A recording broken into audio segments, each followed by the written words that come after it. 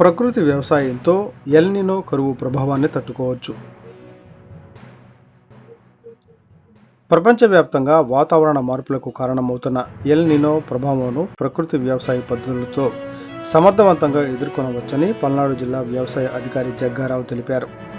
Pacific మహాసముద్రంలో నీటి ఉష్ణోగ్రతలు పెరగడం వల్ల ఏర్పడే ఈ పరిస్థితులు వ్యవసాయంపై తీవ్ర ప్రభావం చూపుతున్నాయని ఆయన వివరించారు.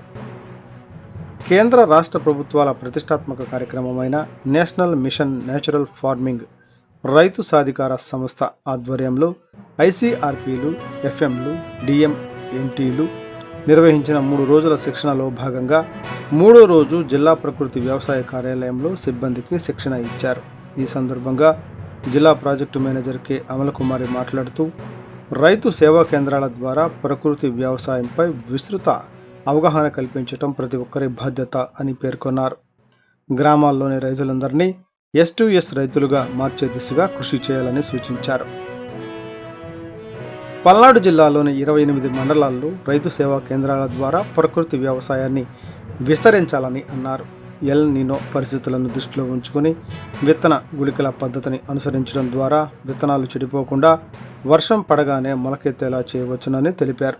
అలాగే 365 రోజులు భూమి పచ్చగా ఉండే విధంగా పంటల నిర్వహణ చేయడం ద్వారా కరువు ప్రభావాన్ని తగ్గించవచ్చన్నారు.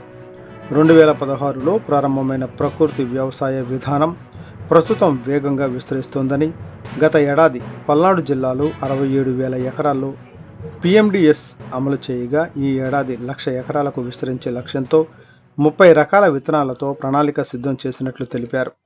మహిళా సంఘాల పాత్రను ప్రస్తావిస్తూ జిల్లాలో 396 గ్రామ సమైక్య సంఘాల ద్వారా ప్రకృతి వ్యవసాయం కొనసాగుతోందన్నారు. ప్రతి గ్రామంలో బయో రీసెర్చ్ సెంటర్ల ద్వారా రైతులకు అవసరమైన ఘన, ద్రవ, కషాయం రూపంలో ఇన్పుట్స్ తయారు చేసి అందిస్తున్నట్లు వెల్లడించారు.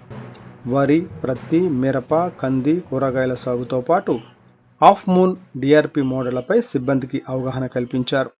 ఈ కార్యక్రమంలో స్టేట్ ఎన్ఎఫ్ఏ మల్లేశ్వరి, సైదయ్య, అప్పలరాజు, సౌజన్య, నందకుమార్ తదితరులు పాల్గొన్నారు.